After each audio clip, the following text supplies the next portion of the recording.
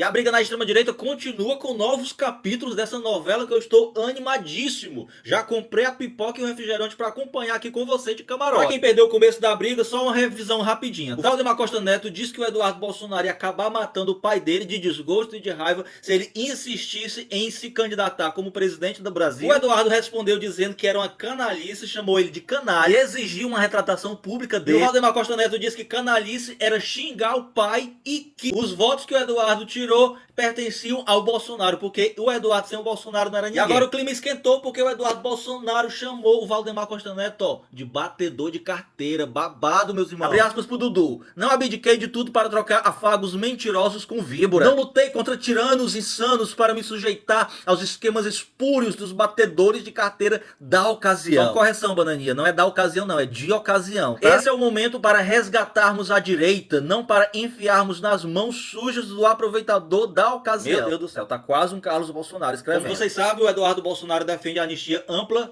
geral e irrestrita. Já o Valdemar Costa Neto e todo o Centrão quer eleger o Tarcísio e está prometendo somente diminuir as penas do Bolsonaro ou conseguir para ele uma prisão domiciliar. Porque o Centrão não quer o Bolsonaro na política. O Centrão quer só os votos do Bolsonaro. E o Eduardo, obviamente, percebeu. Só que o Bolsonaro tem tanto medo da cadeia que ele está quase cedendo ao Centrão e a aceitar essas migalhas do Centrão e apoiar logo o Tarcísio. Vamos aguardar as cenas dos próximos capítulos. E por falar em suposto batedor de carteira, esse deputado federal Euclides Peterson, do Republicanos de Minas Gerais, ele enviou 2,5 milhões de emendas parlamentares para uma ONG ligada à Conafé e logo depois do envio dessas emendas, ele vendeu uma de suas aeronaves para o presidente da entidade. E obviamente ele está sendo investigado pela Polícia Federal. Percebeu porque é que esse povo tá doido pela PEC da impunidade? Vão quebrar a cara no Senado, porque o relator da PEC no Senado é o senador Alessandro Vieira, que já se posicionou publicamente como totalmente contrário a essa PEC. E disse que é uma PEC a favor da bandidagem, totalmente. Além, é claro, do presidente da CCJ do Senado, que disse que não vai pautar essa PEC. E o presidente Lula está obviamente indignado com esse movimento do Congresso de aprovar essa PEC da impunidade, de aprovar a anistia para golpista, enquanto o projeto do governo de ampliar a isenção do imposto de renda para quem ganha até 5 mil reais, ó, completamente parado. Em entrevista ao podcast Papo de Crente, o Lula falou o seguinte: a maioria dos deputados não são trabalhadores, não tem compromisso com os trabalhadores, são gente de classe média alta que pouco tá ligando para o povo. Pura verdade. Outra verdade que o presidente Lula falou foi que ele não mistura religião com política. Em entrevista a esse mesmo podcast Papo de Crente, ele diz que ele não vai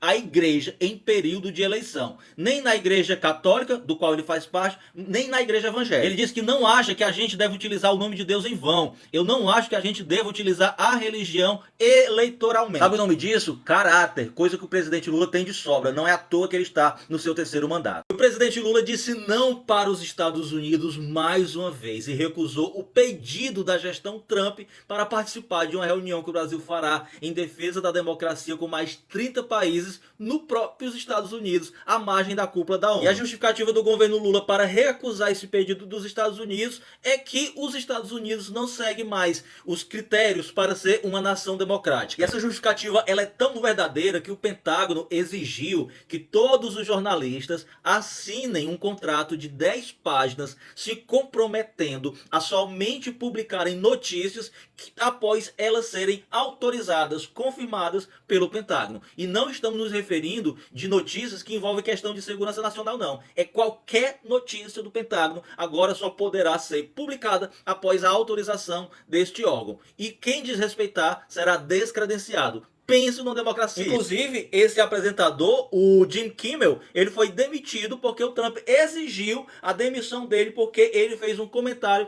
referente à morte do extremista da direita, o Charlie Kirk. Ele disse que o pessoal do Make America Great Again estão querendo o tempo todo vincular o assassinato do Charlie Kirk à esquerda e que até agora não tem nenhuma base, nenhuma prova legal para isso. E só por isso ele foi demitido. Por falar a verdade, no país da liberdade de expressão. Inclusive, a investigação sobre a morte deste feliz não encontrou até o momento nenhuma ligação entre o assassino dele a grupos de esquerda. Detalhe, é uma investigação federal, meus amigos. Já que no Brasil, o prefeito vira-lata de São Paulo, chamado Ricardo Nunes, ele exigiu a demissão de um funcionário da empresa gestora do complexo do Teatro Municipal, porque ele também fez críticas ao Charlie Kirk. A empresa não demitiu e por conta disso ele rescindiu o contrato com a gestora. A demissão ocorreu por pressão do Nicolas Ferreira, sempre ela, e mais 26 vereadores bolsonaristas da Câmara Municipal, liderado pelo Adriles. É importante frisar que a Fundação Teatro Municipal declarou que havia solicitado o desligamento desse funcionário,